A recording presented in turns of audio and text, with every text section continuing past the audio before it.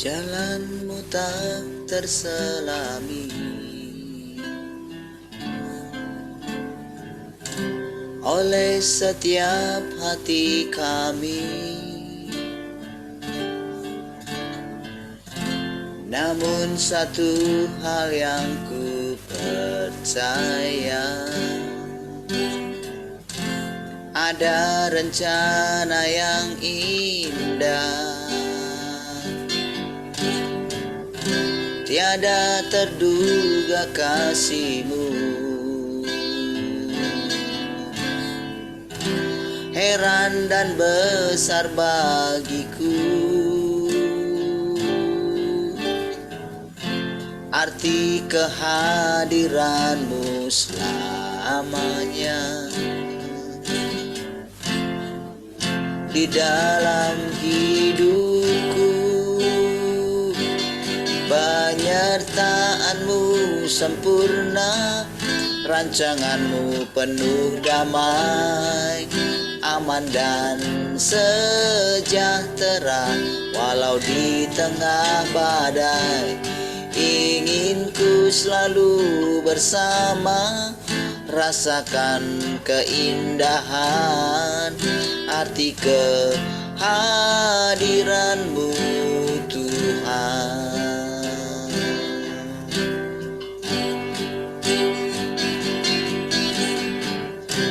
Jalanmu tak terselami oleh setiap hati kami, namun satu hal yang ku percaya, ada rencana yang indah. Tiada terduga kasihmu, heran dan besar bagiku, arti kehadiranmu selalu nyata di dalam hidupku.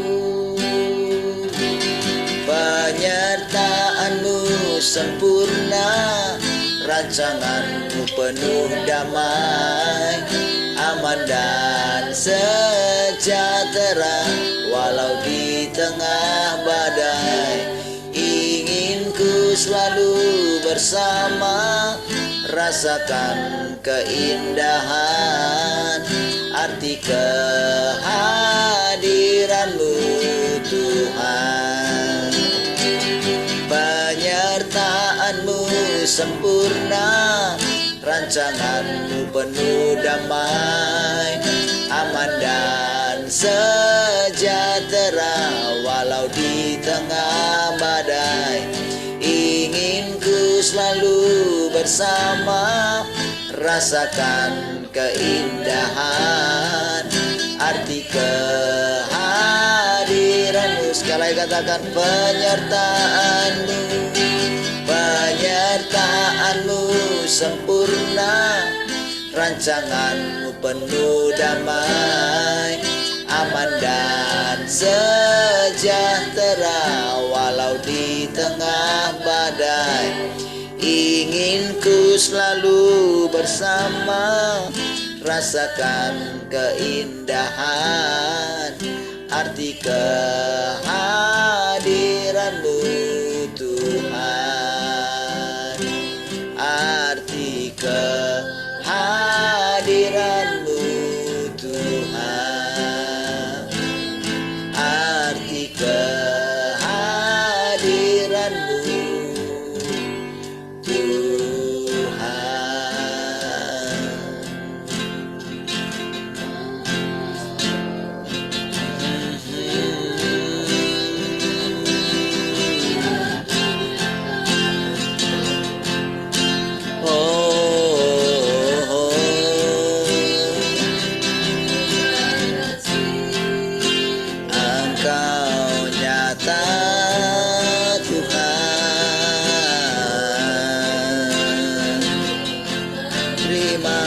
kasih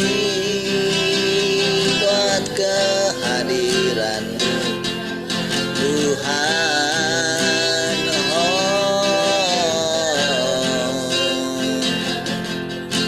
Terima kasih Tuhan, kami bersyukur selama-lamanya.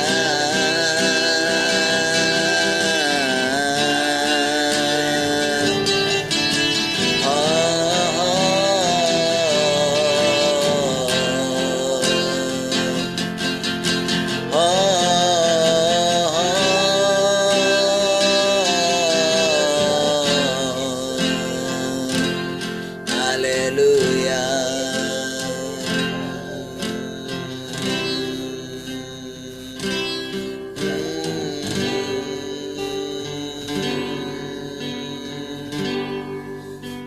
Syukur bagi-Mu Tuhan,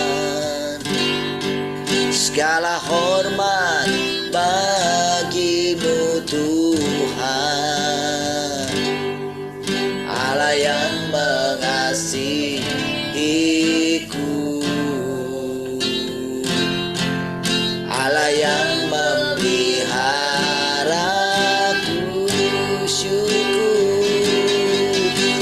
Syukur bagi-Mu Tuhan, segala hormat bagi-Mu Tuhan, Allah yang mengasihiku, Allah yang memeliharaku selamanya.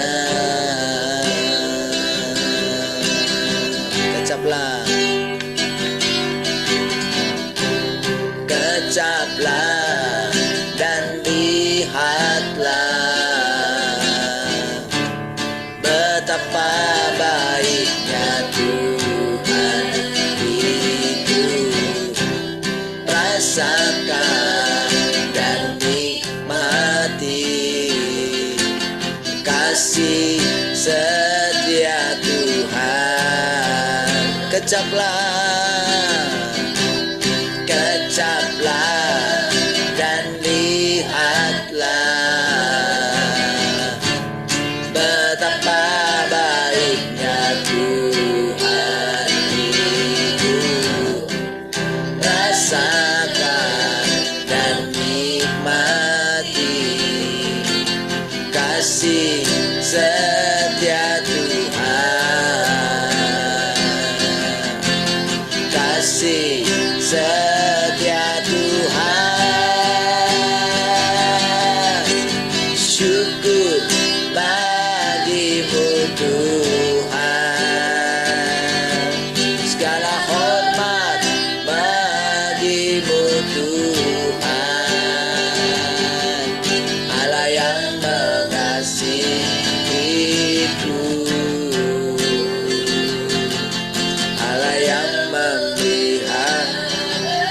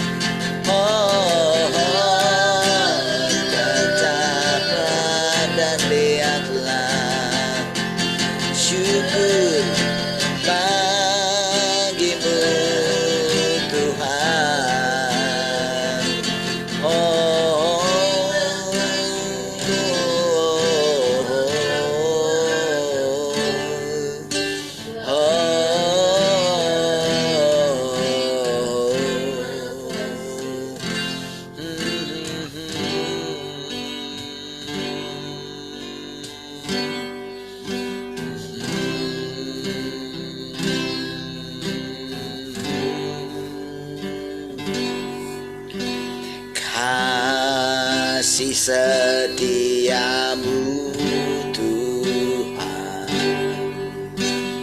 lebih dari hidupku,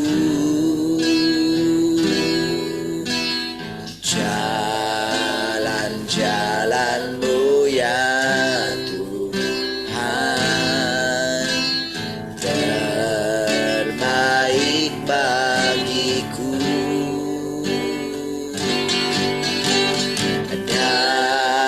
Dari semua yang kau katakan, tiada dusta ku temui. Dari semua yang kau janjikan, tiada yang tak terpenuhi. Andai kan ku harus memilih, tetap hatiku padamu, tak satu pun dapat menggantikanmu. Hanya kau yang berarti bagiku, lebih dari semua yang ada.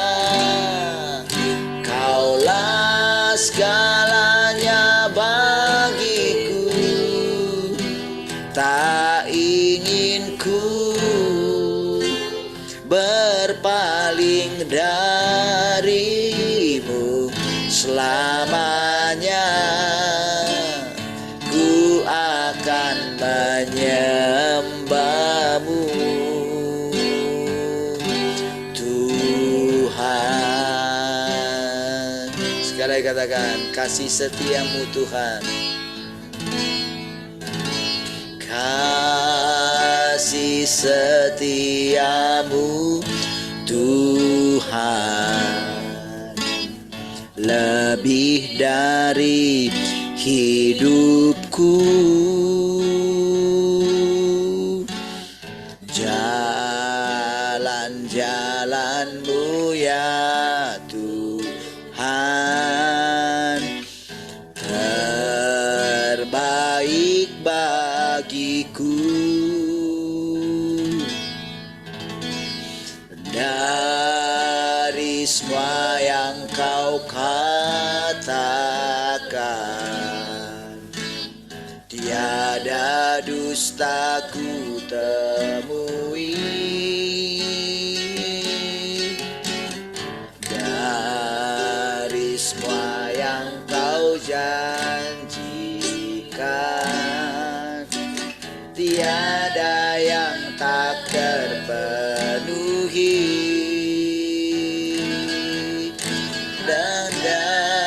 Andaikan ku harus memilih, tetap hatiku padamu, tak satu pun dapat menggantikanmu. Hanya kau yang berarti bagiku, lebih dari semua yang ada. Kaulah segalanya bagiku, tak ingin ku berpaling dari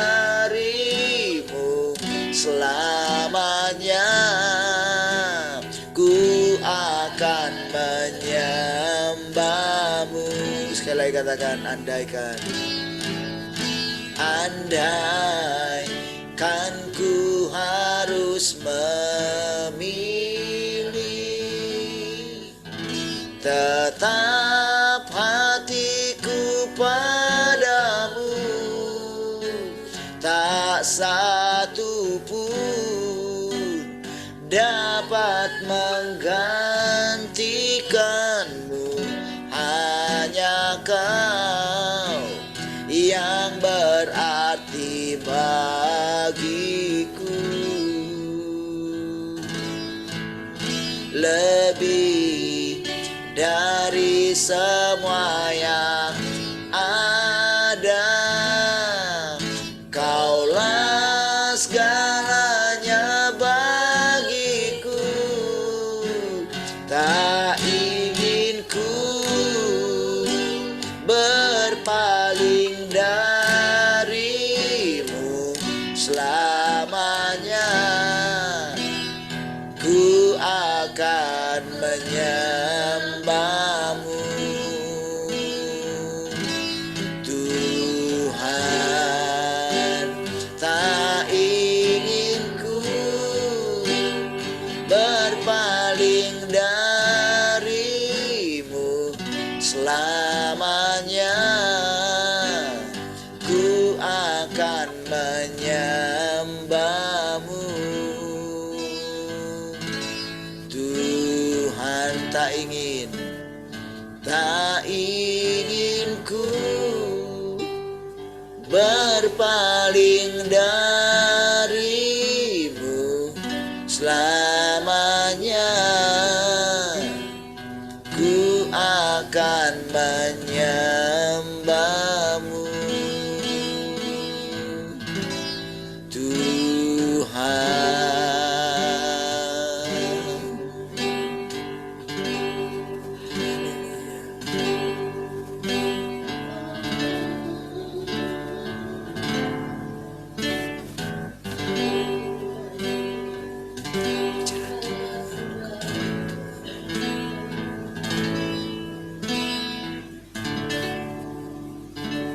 Makasih Tuhan, kami bersyukur pagi hari ini. Terpujilah Engkau Tuhan. Kembali kami siapkan hati kami untuk mendengarkan perkataan-perkataan Tuhan. Engkau memurnikan kami dengan firman. Terpujilah Tuhan. Haleluya. Mari kita yang mengasihi Tuhan sama-sama katakan amin. Baik, shalom semua, selamat pagi.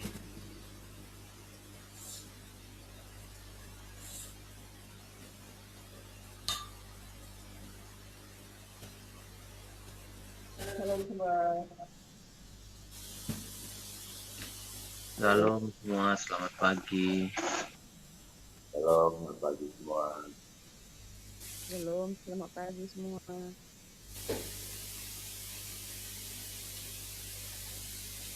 Halo semua, selamat pagi.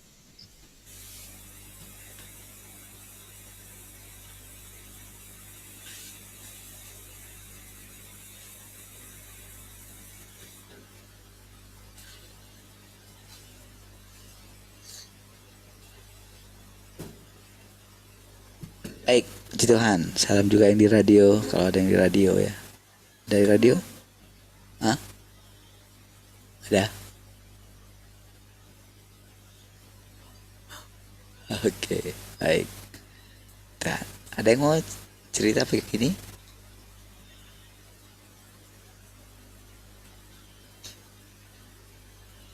Satu, dua, tiga. Gak ada? Pak Twin, Matian,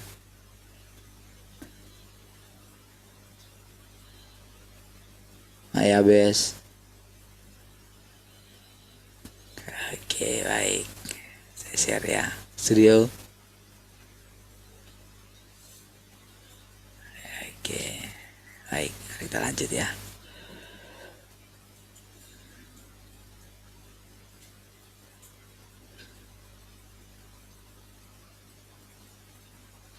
Oke.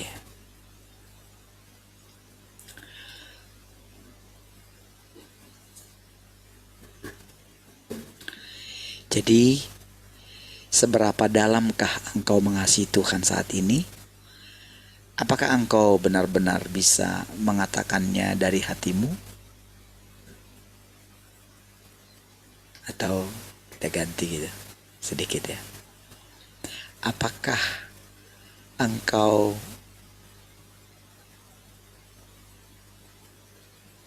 pernah mengalami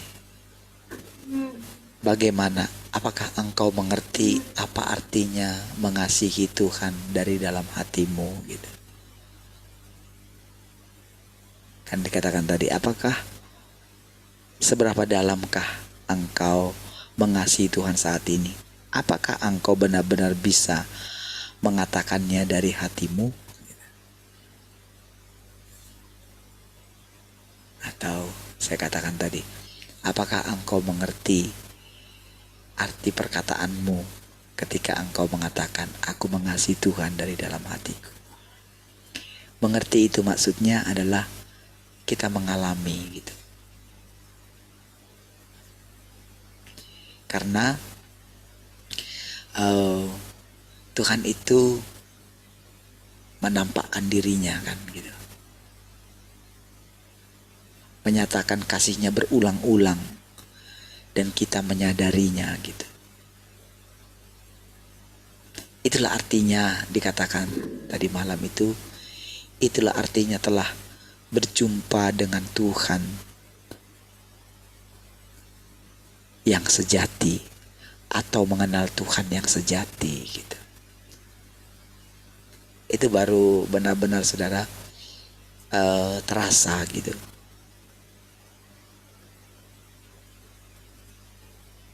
Jadi kalau selama ini kita mengatakan mungkin mengasihi Tuhan, oke, kita mengatakannya gitu. Tapi mengasihi Tuhan dari hati yang paling dalam ternyata butuh waktu gitu. Ketika kita benar-benar mengatakannya. Makanya saudara, bagi yang menikah gitu ya, bagi yang menikah itu hubungan itu dimaksudkan oleh Tuhan untuk apa ya, menjaga kesetiaan gitu, berlatih tentang kesetiaan gitu. Semakin hari, semakin lama gitu, hubungan suami istri gitu makin kuat gitu. Harus makin kuat. Cintanya harus makin bertumbuh gitu, makin kuat gitu. Makanya saudara, Tuhan dikatakan membenci perceraian gitu. Karena itu saudara. Makanya dia gak menghendaki itu gitu. Makanya dia tidak menghendaki diduakan gitu. Jadi kalau Tuhan tidak menghendaki diduakan gitu, maka hubungan seperti itu pun tidak dihendaki diduakan gitu. Nah itu dasarnya ketika dikatakan Allah membenci perceraian gitu. Karena jadi kalau dikatakan itu adalah akibat karena dia melihat gitu penderitaan manusia. Nah kalau di masa perjanjian lama ada itu diizinkan. Yesus mengatakan pada awalnya tidak demikian, karena ketegaran hatimu lah gitu. Namun ingat sekali lagi saudara, ketika berikutnya Tuhan bisa mengubah gitu keadaan itu gitu.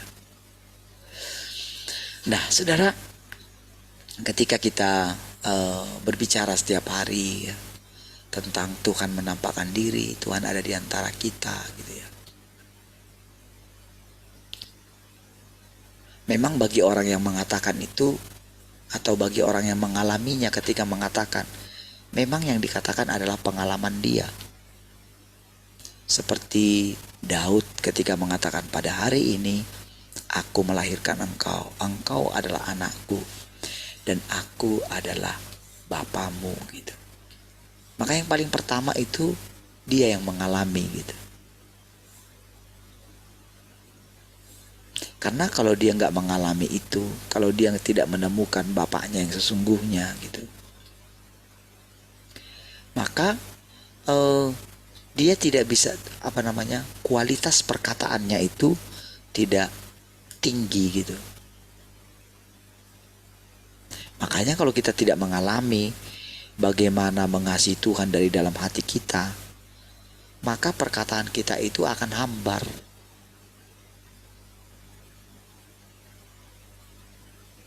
Kalau kita tidak mengalami bagaimana rela kehilangan nyawa itu, maka perkataan kita ketika kita mengatakan kita mesti rela kehilangan nyawa kita akan hambar. Tapi kalau kita sering mengalaminya, diperhadapkan dengan itu, lalu kita menenangkan hati kita, kita tidak menyalahkan siapapun. Ketika orang mengatakan sesat, ketika orang mengatakan apa saja gitu yang negatif gitu, kita tidak mencari pembenaran diri, barulah kita bisa mengatakan hal tersebut, dan perkataan kita itu sangat bermakna, sehingga orang yang mendengarkan perkataan kita itu juga akan merasakan gitu. Nah, jadi perkataan seperti itulah sebetulnya yang dimaksud dengan apa yang namanya Tuhan menampakkan diri gitu, atau Tuhan berinkarnasi, Tuhan menjadi daging gitu. Itulah maknanya yang sesungguhnya. Dan disitulah melalui orang yang dipilihnya itu, disitulah baru dia lihat pekerjaannya itu berkembang gitu. Karena di hati orang yang mengatakan itu hanya Tuhan gitu, tak ada yang lain. Hanya Tuhan yang ada dalam hati orang itu. Dia sedang tidak berbicara mengenai dirinya.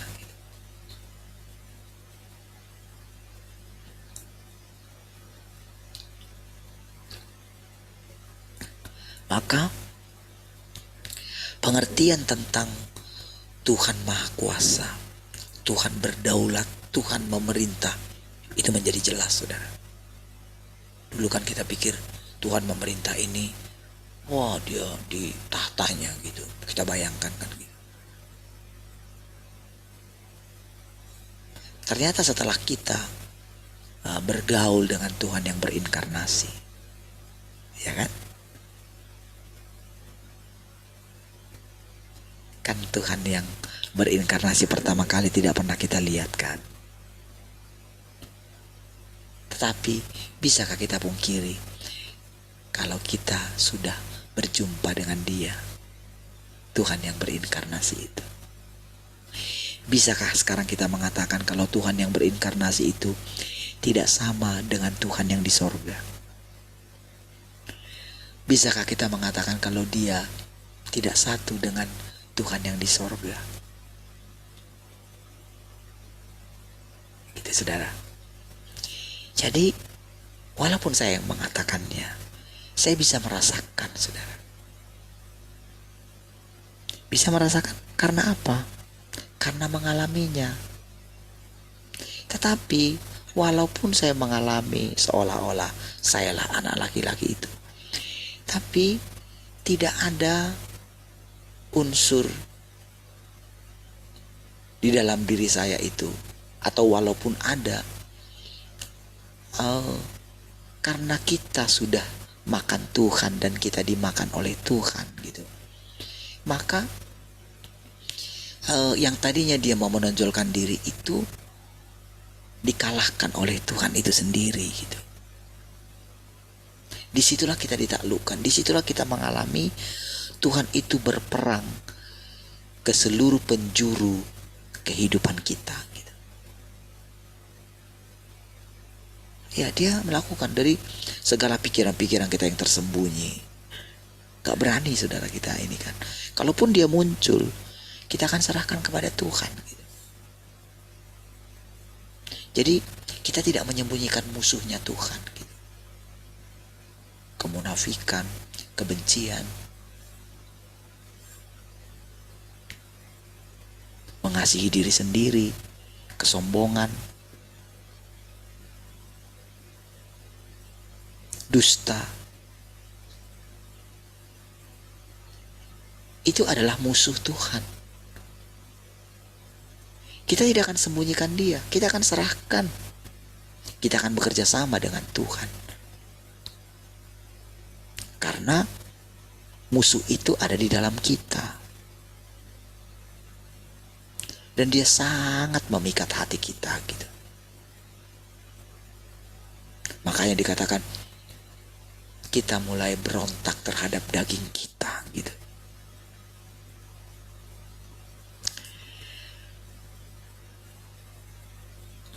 Ketika engkau mampu mengungkapkan kata-kata ini dari kedalaman hatimu, engkau akan bisa memberi kesaksian. Begitu pengalamanmu telah mencapai tingkat ini, engkau akan mampu menjadi saksi bagi Tuhan dan engkau akan memenuhi syarat. Lihat prosesnya itu. Maka kalau saudara ingat-ingat ya, perkataan Tuhan itu selalu baru setiap hari gitu. Itu menjadi nyata gitu. Jadi tiba-tiba saja saudara di dalam pikiran kita itu selalu segar saja gitu. Kita nggak mau tertipu, kita nggak mau murung, kita nggak mau lemah gitu. Maksudnya lemah dalam arti tidak bersemangat gitu. Karena kita merasakan kalau kita nggak bersemangat, rasanya gini, apa aku kurang bagimu gitu.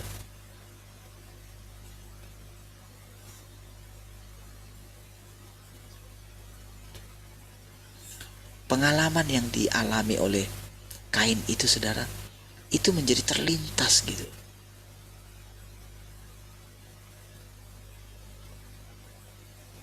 Ketika dia mendengarkan perkataan itu, kenapa mukamu muram? Sebelum dia membunuh adiknya itu, kenapa mukamu muram? Lihatlah, iblis telah sangat menggoda engkau katanya. Tapi engkau harus berkuasa atasnya. Disitulah saudara, Tuhan pertama kali mengajari manusia untuk mengalahkan godaan daripada iblis. Ketika manusia pertama, yaitu Hawa dan Adam itu, Tuhan belum mengajari mereka seperti itu. Cuma dia kasih kisi-kisi aja. Jangan makan buah ini, nanti kamu mati. Dilarang gitu.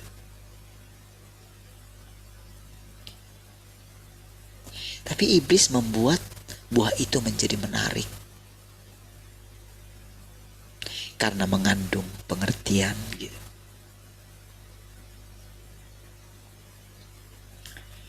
Saudara, di situ saudara saya jadi teringat saudara, apa yang dialami oleh guru kita gitu. Ketika dia bisa menemukan urapan-urapan tertentu gitu, dia sangat bersemangat untuk itu. Ketika dia mendengarkan suara Tuhan, ketika dia bisa melayani banyak sekali orang gitu, disitulah tertipu saudara. Banyak para hamba Tuhan juga demikian.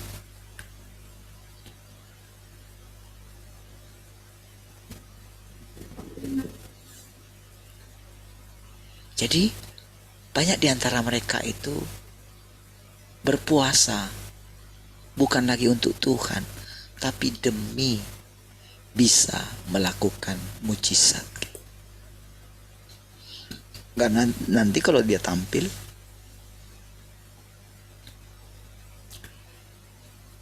Jadi dia merasakan kalau nanti aku eh, tidak berpuasa, nanti Tuhan tidak berkenan bagiku, maka aku tidak bisa membuat mujizat.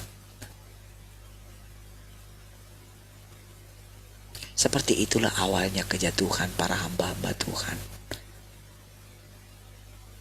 Dia tergoda oleh kenikmatan membuat mujizat.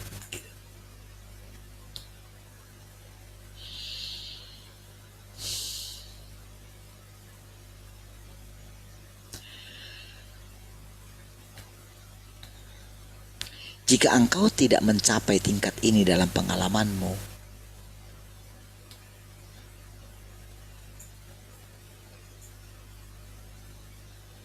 berarti engkau masih terlalu jauh.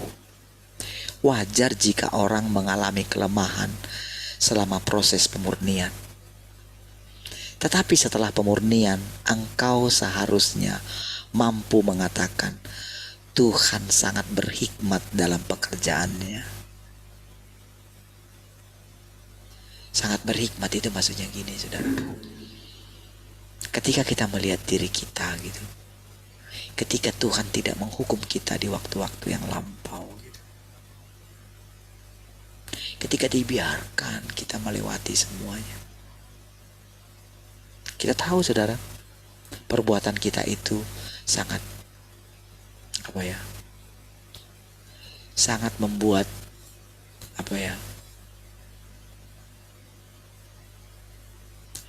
hati Tuhan itu, coba saudara bayangkan gini ya, ketika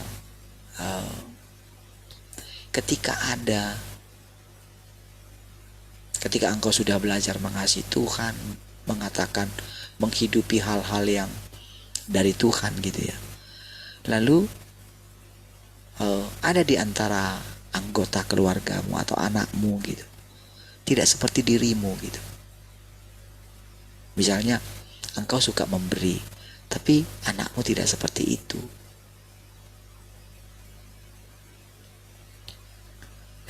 Engkau jujur gitu, tapi anakmu tidak seperti itu. Pasti hatimu itu akan, aduh, ini gak enak gitu loh. Jadi kira-kira seperti itulah Tuhan menjaga hatinya menghadapi kita. Bisa kayak gini, pasti nggak enak gitu loh, perasaanmu pasti nggak enak. Jadi itulah yang dialami ketika dia selama ini membimbing kita dalam ketidakdewasaan kita, dalam lambatnya kita. Jadi ketika kita itu gelisah atau takut gitu ya, khawatir gitu, kita merasakan jadi sekian waktu lamanya. Jadi ketika Tuhan bilang ke saya, sampai kapan kamu begini gitu. Awalnya saya nggak ngerti betapa Tuhan itu menjaga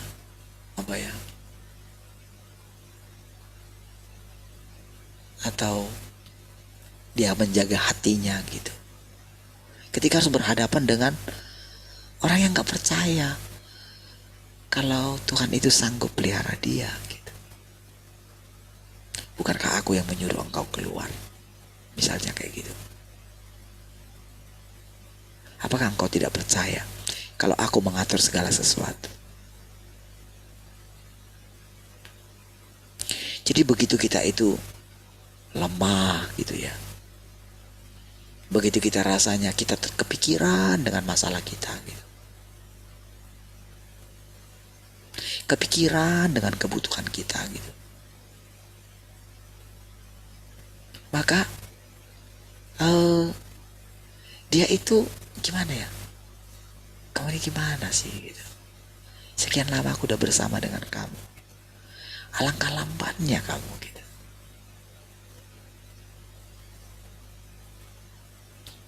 Jadi disitulah kita mengatakan, saudara, bahwa betapa berhikmatnya Tuhan gitu atas segala pekerjaannya. Jadi demikian juga ketika kita dibawa memperhatikan keadaan di sekeliling kita. Apalagi sekarang saudara, kita bisa melihat di media sosial saudara, apa yang terjadi.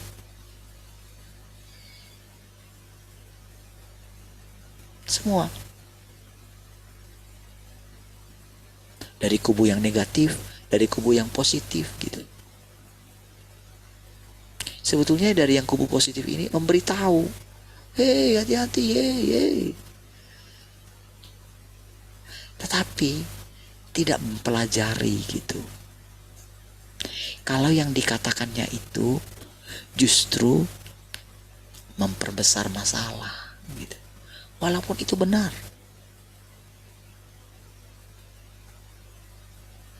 Dia tidak belajar memandang Tuhan gitu.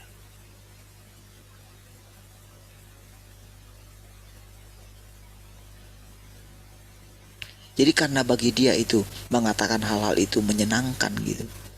Kan menyatakan rahasia saudara. Kan iya kan? Dia menyingkapkan mungkin apa yang dilakukan iblis di tempat yang tersembunyi gitu kan. Dia menceritakannya semua gitu. Dia tidak sadar kalau terus mengatakan hal seperti itu, dia sedang mencari pujian bagi dirinya sendiri. Ya. Nah, itu diperhadapkan kepada kita.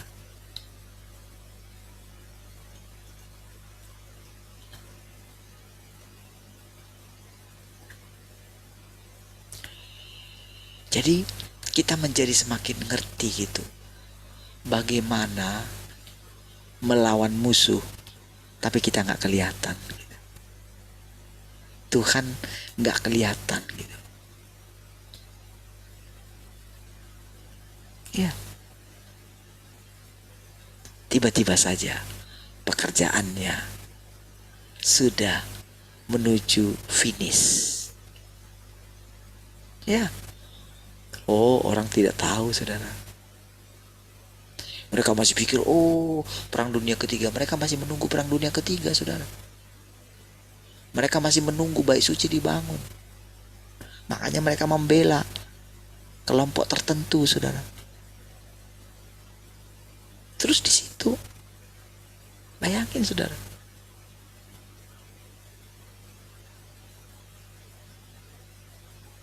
mereka tidak masuk ke dalam bahtera. Apa itu bahtera?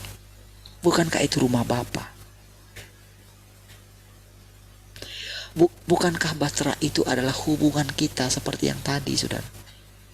Bisa mengatakan kepada Tuhan, aku mengasihi Engkau Tuhan dari hatiku yang paling dalam.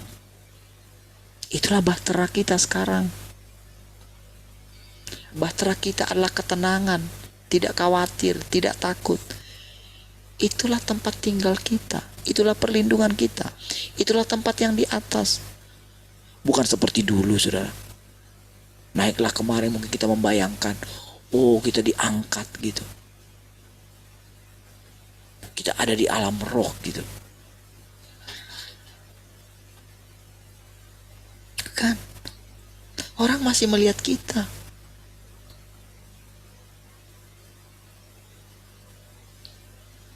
Tetapi tanpa kata-kata orang bisa melihat Tuhan di dalam kita. Dan ketika kita berkata-kata, kata-kata kita itu adalah kata-kata Tuhan yang menaklukkan manusia. Ya. Bagi kita tidak ada batasan agama lagi, saudara. Bagi kita tidak ada batasan etnis atau suku tertentu atau bangsa tertentu. Sekatan-sekatan itu, saudara, sudah diangkat oleh Tuhan gitu.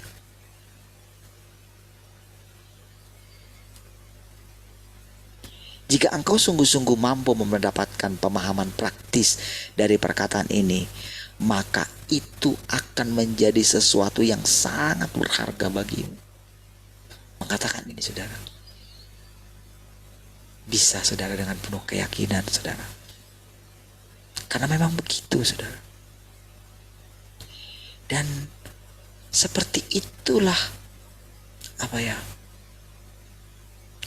hati kita ini dilepaskan dari menggenggam dunia ini gitu. Iya, dengan seperti itu, dengan bisa menemukan yang berharga itu. Jadi yang berharga di sini tentu jauh lebih tinggi daripada emas dan perak kan. Kan itu kan semua kan untuk kehidupan sementara kan. Itu kan untuk kehidupan di dunia. Di surga lantainya emas kok. Kira-kira begitu loh pengertiannya itu.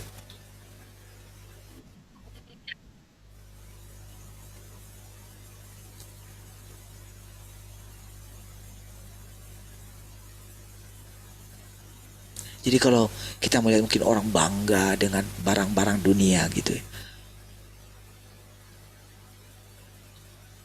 Bagi kita bukan itu lagi.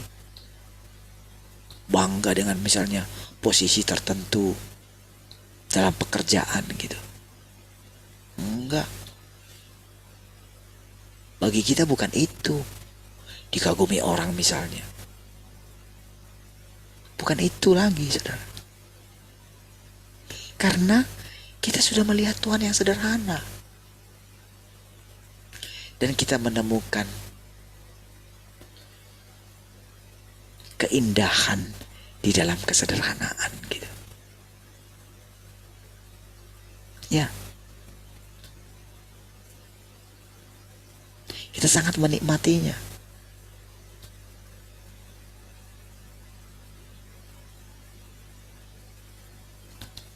Dan pengalamanmu akan menjadi bernilai. Dari situ saudara kita juga bisa mengatakan hal yang tadi itu. Hebat sekali ya Engkau Tuhan gitu loh.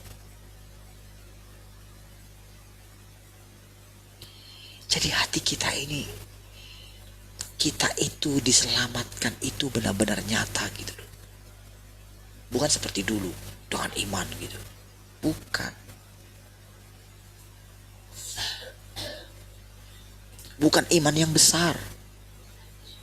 Bukan iman kayak Sadrak, Mesak dan Abednego. Bukan. Bukan iman Goliat yang mengalahkan. Bukan iman Daud yang mengalahkan Goliat.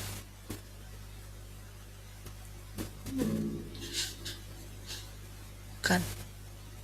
Bukan iman Daniel yang bisa memiliki 10 kali roh yang luar biasa.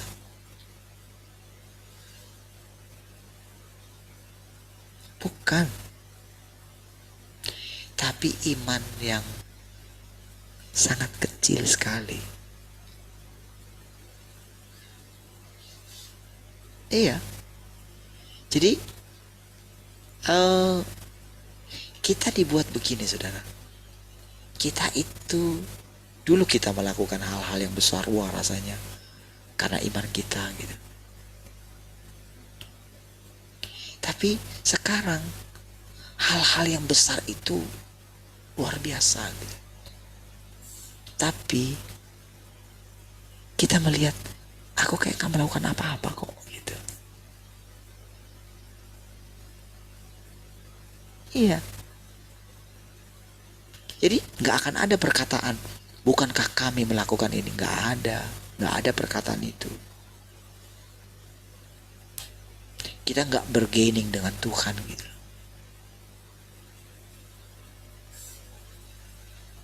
Kita gak minta upah dari Tuhan. Kita gak mengatakan pertandinganku sudah selesai gitu. Enggak.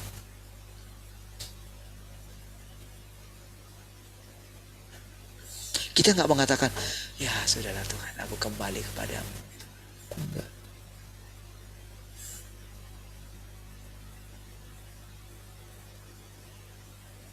Hidupnya itu terus mengalir di dalam kita. Bahkan rasanya kita itu di titik nol sekalipun gitu. Kita gak merasa diri kita itu harus mati gitu. Kita berjuang hidup gitu. Tapi kita bukan takut mati.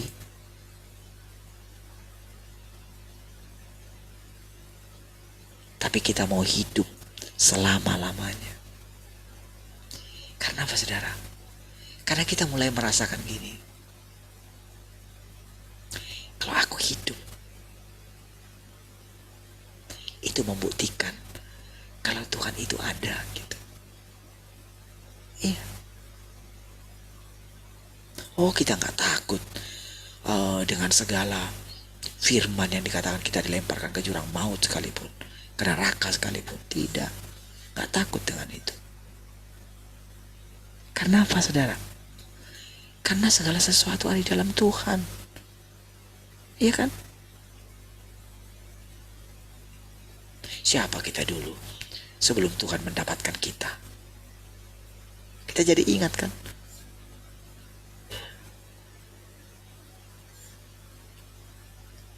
Betapa sabarnya Tuhan. Betapa rendah hatinya Tuhan.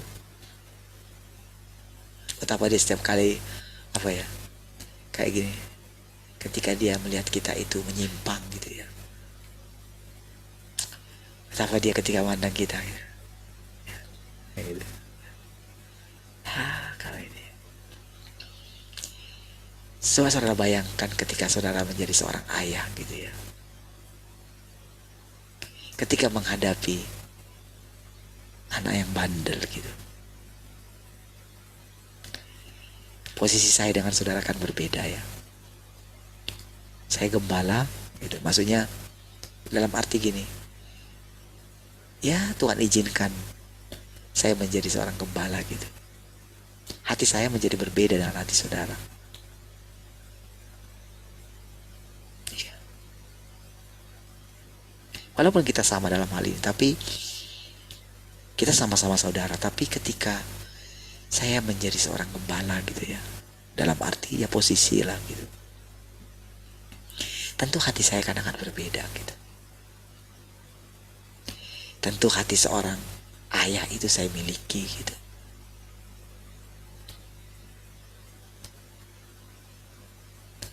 Nah, ya kira-kira seperti itulah hati Tuhan terhadap saya.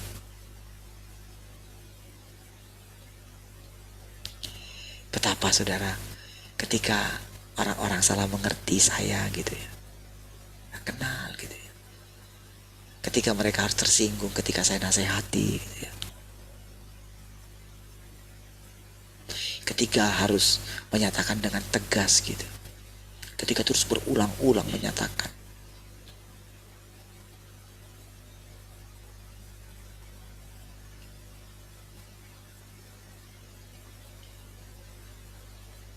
seperti itulah Tuhan saudara menghadapi saya gitu. Gimana coba ketika Tuhan menunjukkan itu kepada saya? Seperti itulah kamu terhadap saya. Coba,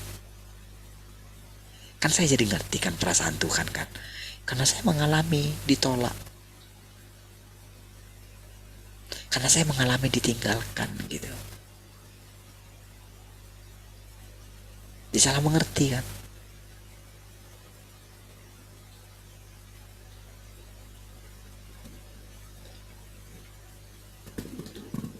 Apa yang seharusnya engkau kejar sekarang?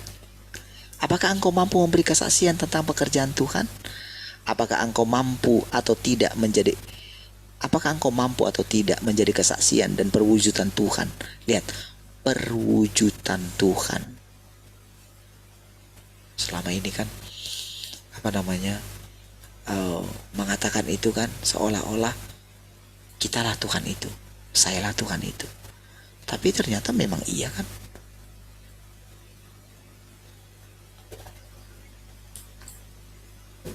Iya kan. Ternyata kan Tuhan minta kita kan.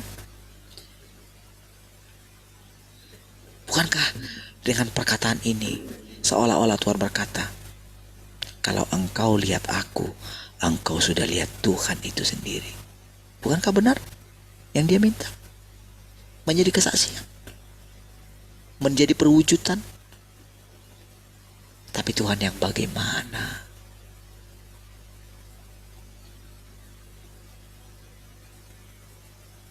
Ya, Tuhan yang bagaimana? Apakah Tuhan yang berkuasa?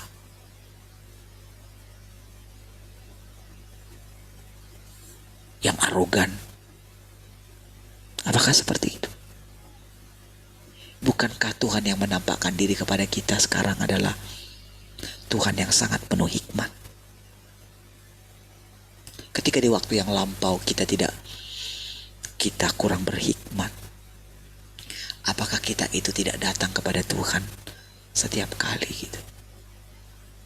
Dulu saudara, tanpa berdoa kita melakukan segala sesuatu.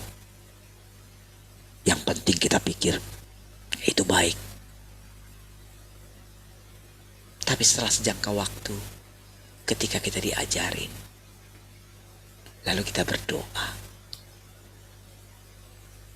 kan kita jadi mengerti bagaimana Tuhan Yesus dulu kan.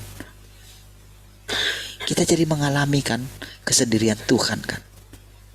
Kita kan jadi mengerti kenapa dia harus berdoa sungguh-sungguh di Taman Getsemani kan. Kita jadi ngerti kan apa yang dipikirkan dia ketika dia berdoa itu kan. Bayangkan dia menjaga kuasanya, menjaga otoritasnya.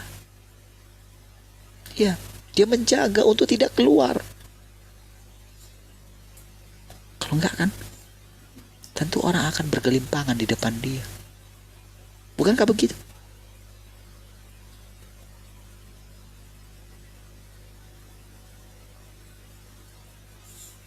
Bukankah ketika Ananias dan Safira ketika datang,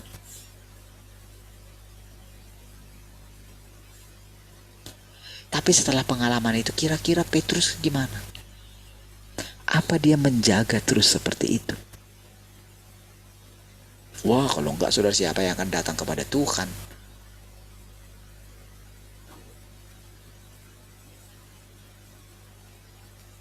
Jujur saudara, ketika pada waktu yang awal-awal itu saudara, si ini meninggal, si itu meninggal itu. Iya. Cukup inilah saudara.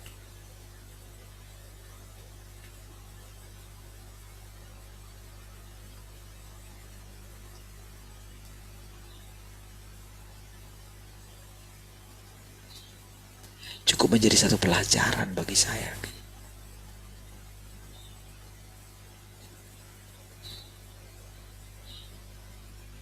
Iya, cukup banyak loh saudara.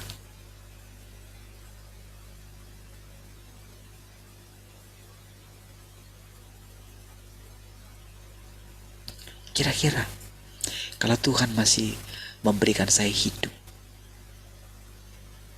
pengampunan seperti apa yang Tuhan berikan kepada saya? Saya kan nggak tahu, entah itu keteledoran saya gitu.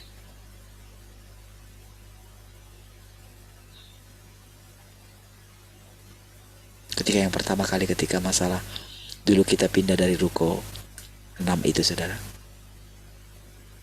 kan ceritanya begitu. Gimana lah kalau kamu mati?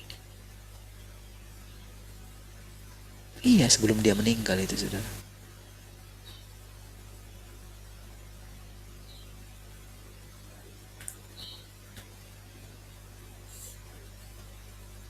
Makanya waktu itu ketika saya sakit seperti dia juga gitu ya,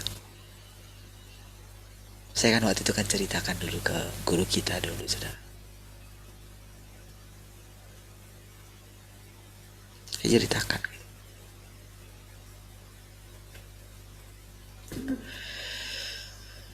Jadi saudara, kalau kita melihat saudara bagaimana, memang iya nyawa kan di tangan Tuhan. Gak ada kan misalnya saya mengutuki orang juga, gak ada gitu. Gak ada itu.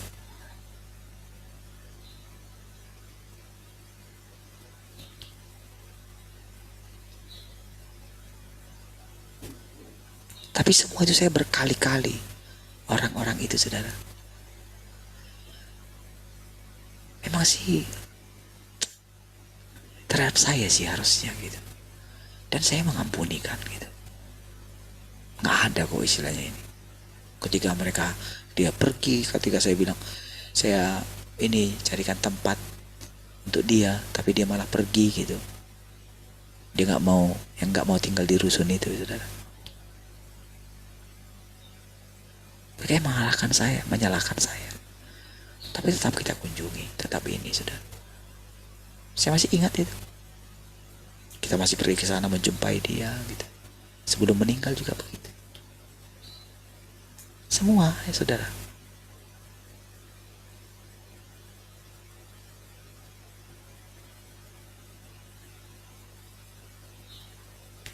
Coba lihat.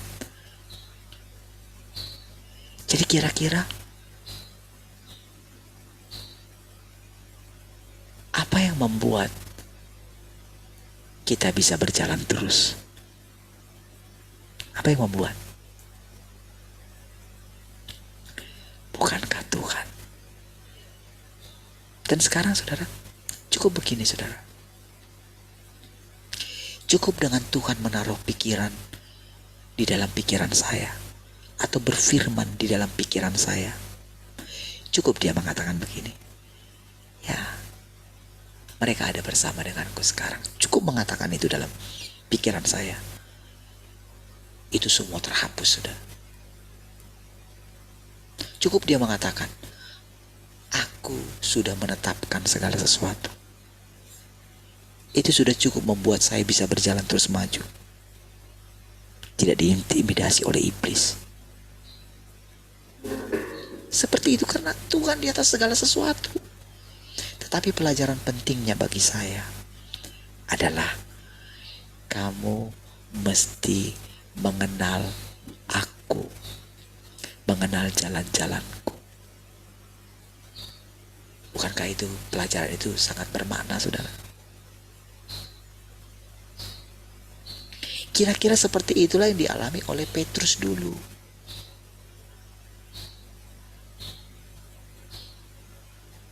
Kan itu gempar saudara.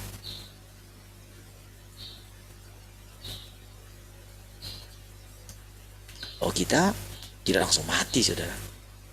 Kita mengalami sakit ya. Tapi ketika yang di Imperium itu saudara, kalau saudara lihat, berapa lama setelah pindah keluar gitu. Kalau itu saudara, itu sering sekali memang kontras melawan gitu. Orang itu. Iya.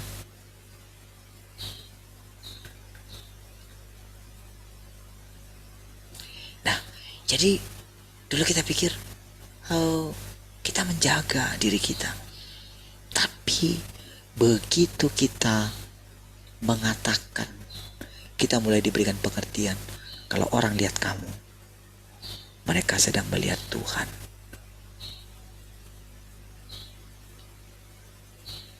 Maka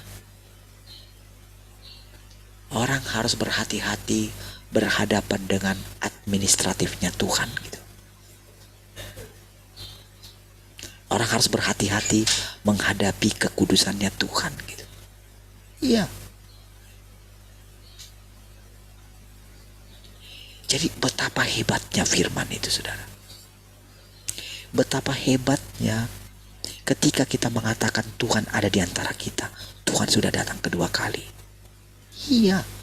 Hanya dengan pengakuan itu Tuhan membuktikan kalau benar Tuhan sudah datang kedua kali.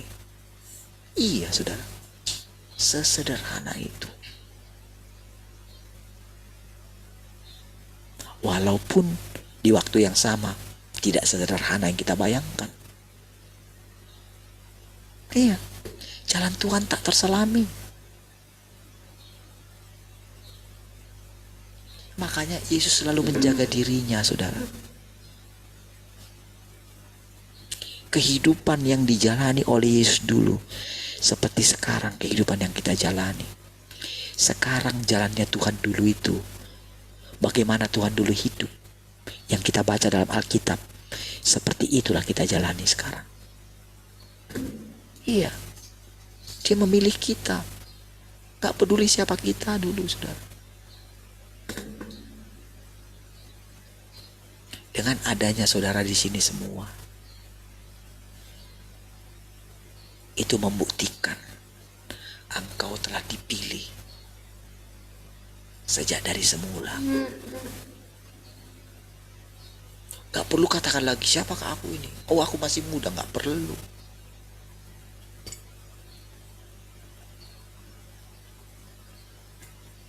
Karena cukup dengan engkau percaya kepada firman Tuhan. Itu saja.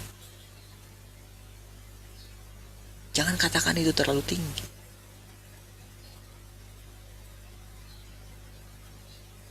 Coba saudara bayangkan bagaimana ketika Maria pertama kali mendengarkan perkataan malaikat itu. Coba bayangin. Dia masih sangat muda sekali, saudara. Engkau akan melahirkan juru selamat buatmu.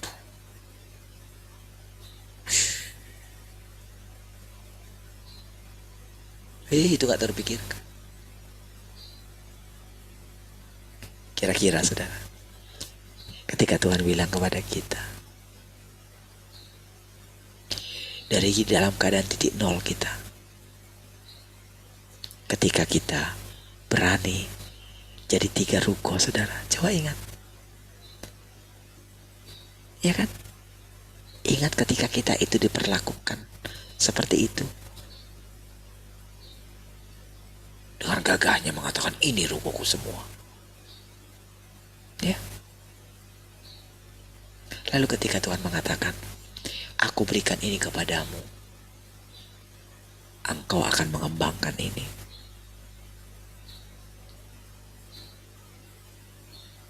Beranikah engkau berkata, tidak Tuhan, terlalu ini Tuhan.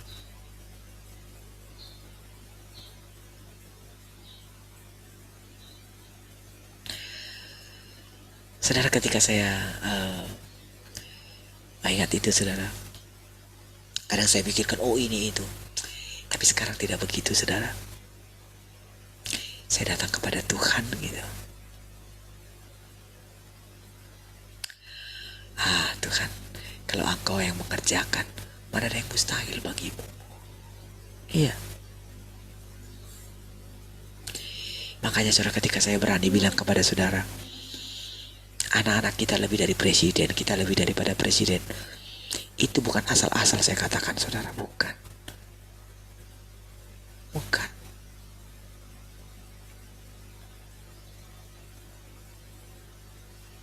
Ketika Tuhan dulu mengatakan itu, Tuhan buat tanda-tanda kecil. Ketika saya melayani anggota pas pampres itu, saudara, yang keluarganya itu, saya dengarkan perkataan itu. Saya simpan dalam hati saya. Ketika yang jenderal itu minta supaya saya doakan jadi Kapolda gitu kan, saya minta gitu, Tuhan kasih pengertian. Bukankah engkau lebih tinggi dari dia? Berarti kan dia minta jabatan dari kamu. Itu membuat saudara, ternyata semua jabatan di dunia ini hampa. Tetapi saudara, diam-diam Tuhan mempersiapkan dalam hati saya bahwa Tuhan sedang mempersiapkan anak-anak kita menggantikan orang-orang jahat itu. Ya, orang-orang jahat itu harus diusir dari kerajaan sorga, dari kerajaannya. Ya, gak boleh ada. Para pemeras ini tidak boleh ada di sini. Orang-orang tidak jujur ini tidak boleh ada di sini. Yang ada adalah orang yang mengabdikan dirinya untuk sesamanya. Ya, itulah warga kerajaan Allah nantinya. Itulah warga kerajaan 1000 tahun. Itulah warga daripada langit baru dan bumi baru. Ya, dia menggunakan pikirannya. Dia tidak lagi menggunakan pikirannya supaya dia dipuji orang. Tidak. Dia memberikan nilai yang bermanfaat.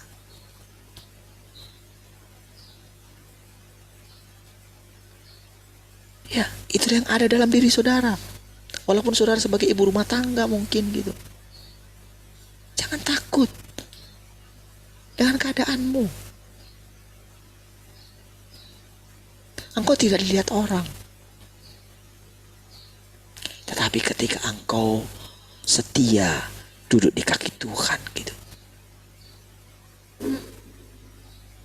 Ketika engkau memandang dia, saudara, mungkin engkau seperti memandang langit-langit saja. Tapi tahukah saudara, Tuhan itu memandangi engkau. Ya, dia nggak bisa memalingkan pandangannya daripada pandanganmu, nggak bisa dia. Ibaratkan saudara, Tuhan itu kan memenuhi segala sesuatu gitu. Dia ada di sekelilingmu. Ketika kau memandang kemana aja, engkau seperti memandang wajahnya kok. Berarti betapa besarnya wajah Tuhan itu. Dan anehnya, begitu ada orang yang sungguh-sungguh dari hatinya, kapan saja dia bisa hadir gitu. Seperti itu yang dilakukan perempuan yang pendarahan itu. Tuhan tidak bisa menahan kuasanya. Nggak bisa. Perempuan itu menariknya dengan imannya. Asal ku jamah saja jubahnya. Pertumbuhan seperti itulah yang saya miliki, saudara. Iya.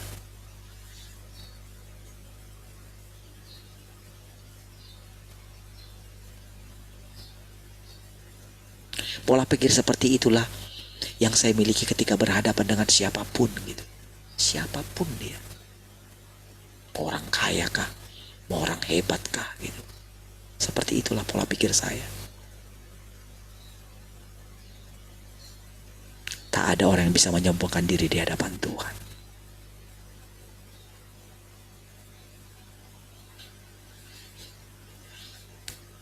Kita gak perlu menghukum. Saya gak perlu menghukum. Tapi apa yang dilakukan orang itu yang menentang Tuhan, dia menarik sendiri hukuman untuk dirinya. Iya. Makanya fokus kita itu apa, saudara? Memperhatikan Tuhan. Akan tiba saatnya. Bayangkan perempuan Samaria itu, saudara. Coba, baru jumpa sama Tuhan. Dan itu pun dia tidak didoakan. Enggak. Hanya bercakap-cakap kok. Kira-kira seperti itulah kalau saudara jumpa dengan orang. Iya. Oh, gak perlu kita pikirkan, oh kita itu punya karunia ini, karunia itu sehingga mereka mau dengarkan kita. Gak perlu. Kalau tiba waktunya Tuhan melawat orang itu, Tuhan itu sendiri yang melawat orang itu. Disitulah kita heran. Disitulah Tuhan Yesus itu heran dengan iman perempuan Sirofenisia. Dia heran dengan iman daripada kepala perwira itu, kepala pasukan itu. Oh, aku tidak pernah menemukan iman seperti ini, sekalipun di antara orang Yahudi, orang Israel.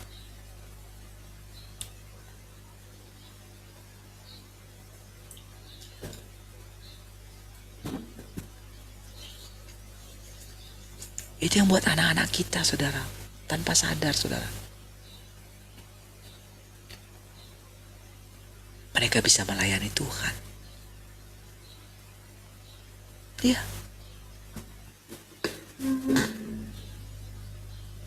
Hebat sekali, saudara. Makanya, saudara, saya bisa membayangkan, saudara, setiap kali bertemu dengan anak-anak siapapun dia.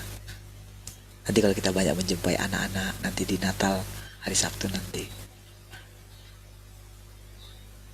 kita membayangkan mereka seperti anak-anak kita sendiri. Bukan anak-anak gereja lain, bukan. Kita memandang mereka, para pendoa-pendoa itu, sebagai saudara kita sendiri. Gak ada lagi batasan, oh ini jemaat kita, ini gak ada lagi, saudara. Enggak. Itulah artinya hati kita sudah terbuka.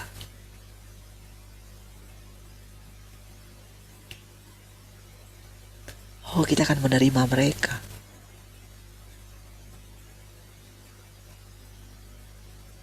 Inilah waktunya, saudara.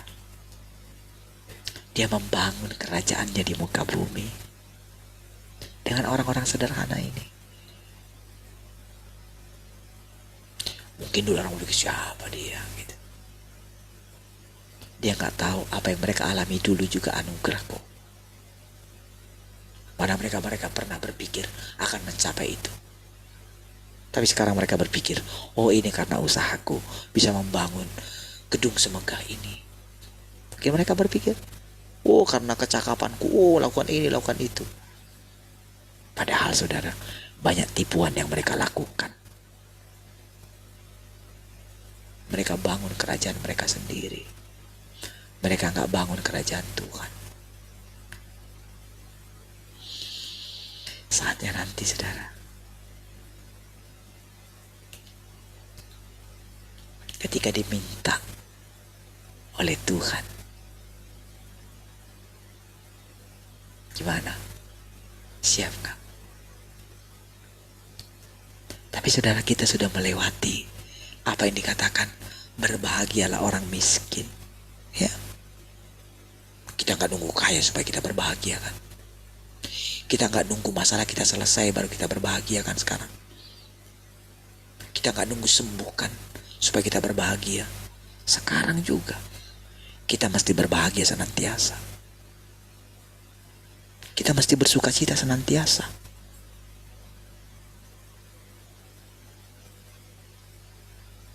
Apa yang seharusnya engkau kejar sekarang? Apakah engkau mampu memberi kesaksian tentang pekerjaan Tuhan? Apakah engkau mampu atau tidak menjadi kesaksian dan perwujudan Tuhan? Dan apakah engkau layak atau tidak untuk dipakai olehnya? Inilah hal yang harus engkau cari. Berapa banyak pekerjaan yang Tuhan lakukan dalam dirimu? Berapa banyak yang telah engkau lihat? Berapa banyak yang telah engkau sentuh? Berapa banyak yang telah kau alami dan kau rasakan? Entah Tuhan telah mengujimu, menanganimu, atau mendisiplinkan dirimu. Tindakannya dan pekerjaannya telah terlaksana dalam dirimu. Saudara, semua itu kita rasakan, saudara. Jadi ketika di awal mungkin, oh enggak lah Tuhan. Enggak. Memang kamu mesti mengalaminya dulu. Emang pertama-tama kamu itu mesti melihat. Memang rasanya engkau merasa dirimu itu tidak layak gitu. Tapi memang engkau akan menghadapi kesombongan itu. Ya kan? Engkau akan melihat dirimu arogan. Saudara lihat sendiri itu dalam diri saya. Ya kan? Tapi saudara, setiap kali saya datang kepada Tuhan, saya menyalahkan diri saya. Bahkan saya nggak berani mendengarkan perkataan Tuhan yang mengatakan, enggak, kamu benar. Saya nggak berani mendengarkan itu, saudara. Dalam pikiran saya salahkan Tuhan, saya salahkan Tuhan. Saya salahkan. Dan kemarin kayak gitu, saya yang salahkan Tuhan. Sampai seperti itu, saudara. Barulah saudara perlahan, ketika mendengarkan perkataan tadi, memang iya. Dibutuhkan kerendahan hati. Dibutuhkan siap salah. Dibutuhkan kita menjadi seperti orang terkutuk melihat dipandang oleh orang. Itu jalan Tuhan yang tidak dikenal oleh dunia ini. Dan ketika kita lolos, saudara, melewati itu semua, lihat apa yang telah Tuhan sediakan bagimu. Iya, saudara. Lihat. Tapi satu hal, engkau tidak terjerumus oleh karena apa yang kau miliki. Karena harta di sorga adalah takut akan Tuhan. Itu menjadi milikmu. Dia menjagai engkau daripada jatuh ke dalam keserakahan, jatuh ke dalam kesombongan. Baik, Tuhan, mari kita berdoa. Terima kasih Tuhan, kami bersyukur pagi hari ini. Terpujilah Tuhan, untuk selama-lamanya. Bagimulah Tuhan segala kemuliaan, pujian, dan hormat. Haleluya. Mari kita semua yang mengasihi Tuhan sama-sama katakan amin. Baik, puji Tuhan. Tuhan memberkati.